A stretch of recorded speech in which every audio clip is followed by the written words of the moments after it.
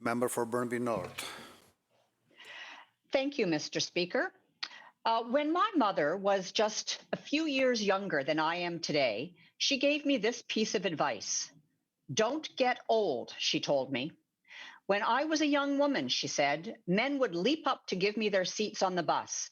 They would rush to hold doors open for me.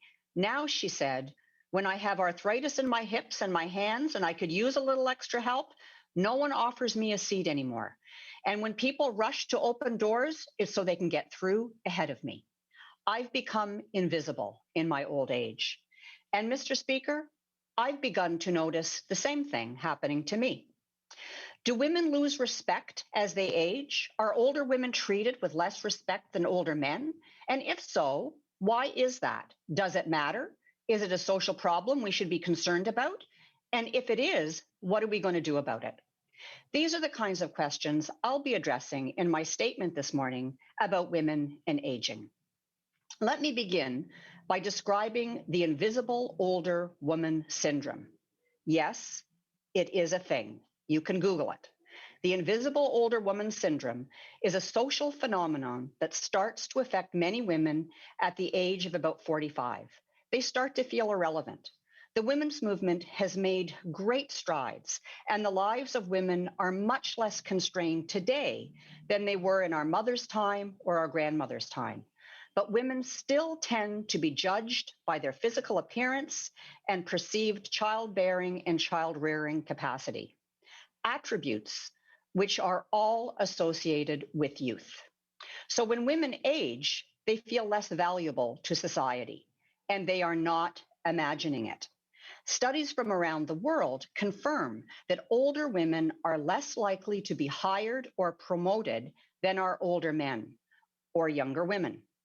The results of a comprehensive field experiment published in 2017 found evidence that when candidates are being interviewed for jobs, physical appearance plays a bigger role in the assessment of women's qualifications than it does for men. Furthermore, it found evidence that older women are judged by interviewers to be less attractive and therefore less qualified than older men or younger women. These conclusions are based on evidence gleaned from over 40,000 job applications. And scientific research aside, social media and journalism's fixation on finding out if 80-year-old Nancy Pelosi, arguably the third most powerful person in the world, has had plastic surgery kind of proves the point. As one opinion piece put it, ambitious women have to look pre-embalmed when they hit the big numbers, knowing that if they look anything like Bernie Sanders, who's actually 2 years younger than Pelosi, they will actually cease to exist. As another journalist put it, the mere fact that Nancy Pelosi is Speaker of the United States House of Representatives proves she's had a facelift.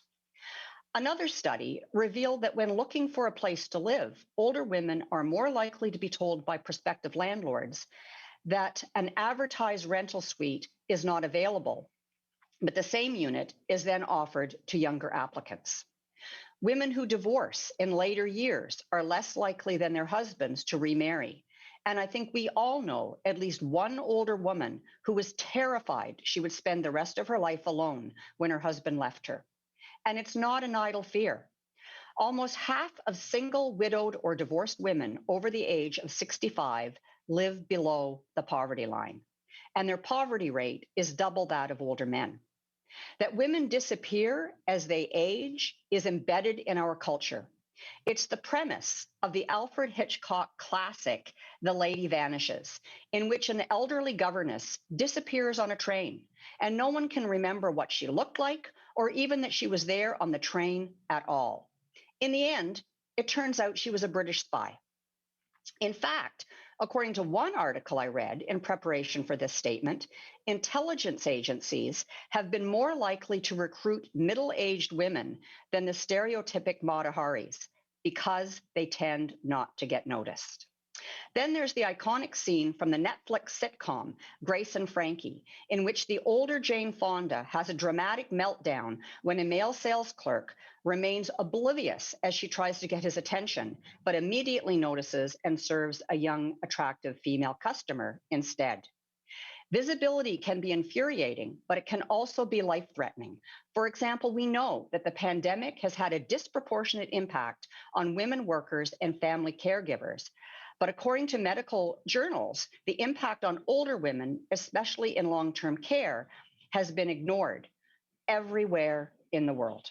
Mr. Speaker, I'd like to conclude this portion of my statement by reminding us of the often quoted saying, men age like wine, women age like milk, and sour milk is something you throw away.